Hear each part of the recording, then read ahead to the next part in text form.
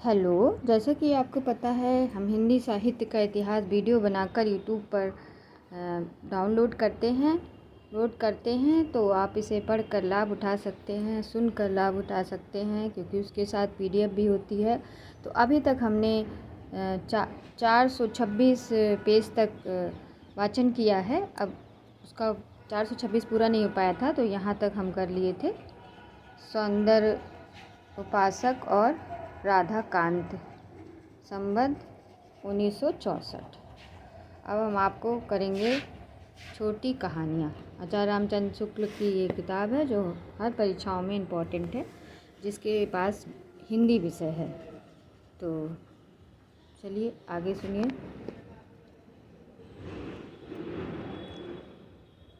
जिस प्रकार गीत गाना और सुनना मनुष्य के स्वभाव के अंतर्गत है, उसी प्रकार कथा कहानी कहना और सुनना भी। कहानियों का चलन सभ्य असभ्य सब जातियों में चला आ रहा है। सब जगह उसका समावेश शिष्ट साहित्य के भीतर भी हुआ है। घटना प्रधान और मार्मिक उसके ये स्थूल भेद भी बहुत पुराने और इनका मिश्रण भी वृत्त कथा, बैताल पचीसी, सिंहासन बत्तीसी इत्यादि घटना चक्र में रमने वाली कथाओं की पुरानी पोथियां हैं। कादंबरी, माधव नल, काम कंदला, शीत बसंत इत्यादि वृत्त वैचित्र्य पूर्ण होते हुए भी कथा की मार्मिक स्थानों में रमने वाले भाव प्रधान आख्यान हैं। इन दोनों कोटि की कहानियों में एक बड़ा भारी भेद तो यह दिखाई देगा कि प्रथम में इतिवृत्ति का प्रभाव मात्र अपेक्षित होता है, पर दूसरी कोटि की कहानियों में भिन्न भिन्न स्थितियों का चित्रण या प्रत्यक्षीकरण भी पाया जाता है। आधुनिक ढंग के उपन्यास और कहानियों के स्वरूप का विकास इसी भेद के आधार पर क्रमशः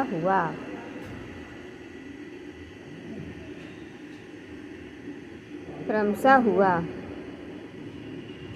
इस स्वरूप के विकास के लिए कुछ बातों नाटकों की ली गई, जैसे कथा उपकथन, घटनाओं का विन्यास, वैचित्र्य, बाह्य और अभ्यंतर परिस्थितियों का चित्रण तथा उनके अनुरूप भाव व्यंजना। इतिवृत्त का प्रभाव तो उसका मूल रूप था ही, वह तो बना ही रहेगा। उनमें अंतर इतना ही पड़ा कि पुराने ढंग की कथा कहानियों में कथा का प्रभाव अखंड गति से एक ओर चलता था, जिसमें घटनाएं पूर्व पर क्रम से जुड़ती सीधी चली जाती थी। पर यूरोप में जो नए ढंग के कथानक नॉवेल के नाम से चले और बंग भाषा में आकर उपन्यास कहलाए, मराठी में वे कादंबरी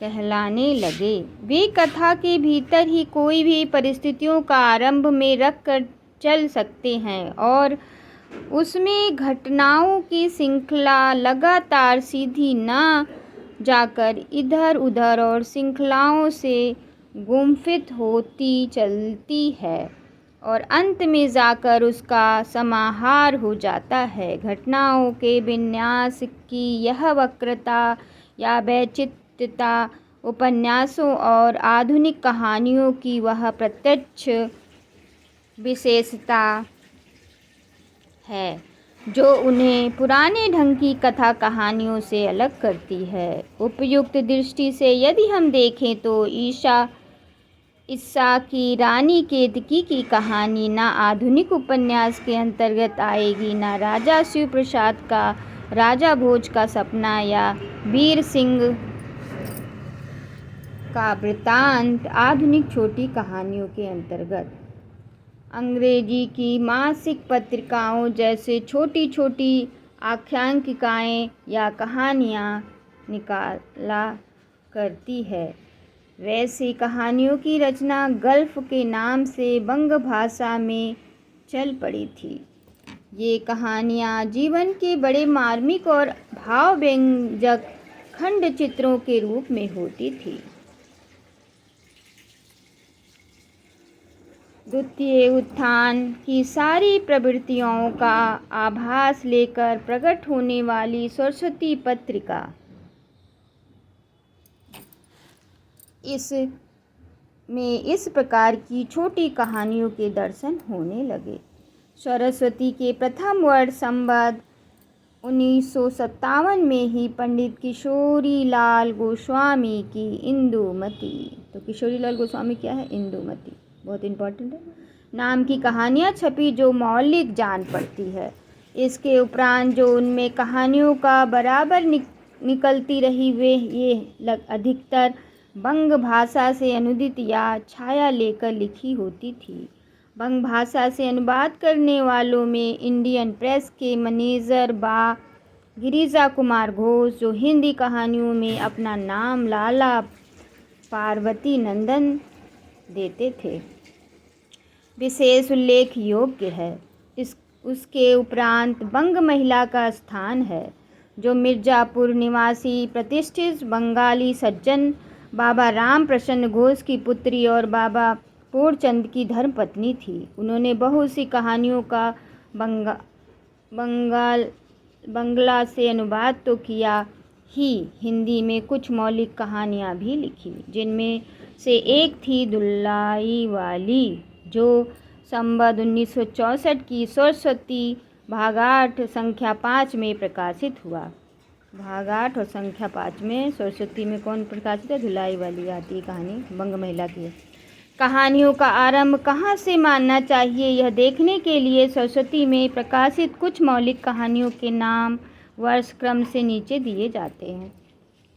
इंदुमती किशोरी लाल गोस्वामी संवत 1957, गुलबहार किशोरी लाल गोस्वामी संवत 1959, फ्लैग की चुड़ैल मास्टर भगवान दीन मिर्जापुर संवत 1959, 11 वर्ष का समय रामचंद्र शुक्ल संवत 1960, पंडित पंडितानी गिरिजा दत्त वाजपेयी संवत 1960, धुलाई वाली बंग महिला संवत 1964।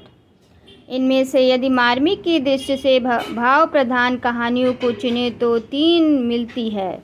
इंदुमती 11 वर्ष का समय और धुलाई वाली भाव प्रधान है। ठीक है, मार्मिकता की दृष्टि से भाव प्रधान है। कौन सी? इंदुमती 11 वर्ष का समय और धुलाई वाली। यदि इंदुमती किसी बांग्ला कहानियों की छाया नहीं है तो हिंदी की यही पहली मौलिक कहानी ठहरती है।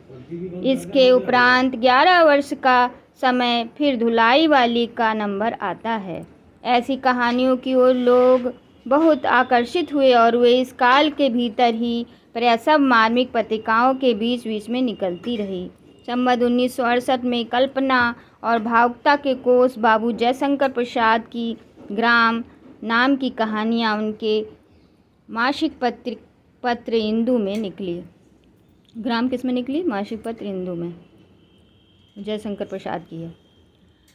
उसके उपरांत तो उन्होंने आकाशदीप, विषाती, प्रतिध्वनि, स्वर्ग के खंडहर, ये सब किसका है? जयशंकर। चित्र मंदिर इत्यादि उनकी कहानियाँ लिखी, जयशंकर कौन सी कहानी लिखी? आकाशदीप, विषाती, प्रतिध्वनि, स्वर्गखंड। सबसे पहले क्या लिखा? ग्राम। किसमें प्रकाशित हुआ? इंदु पत्रिका में। इत्यादि अनेक कहानियाँ लिखी जो तृतीय उत्थान के भीतर आती है। तो इति समाप्ति, यही हम समाप्त करते हैं। अगले दिन फिर आपको लेकर उपस्थित होंगे हिंदी साहित्य का इतिहास। तो आप इसे सुनकर लाभ उठा सकते हैं और अपनी परीक्षा में उपयोगी बना सकते हैं। धन्यवाद।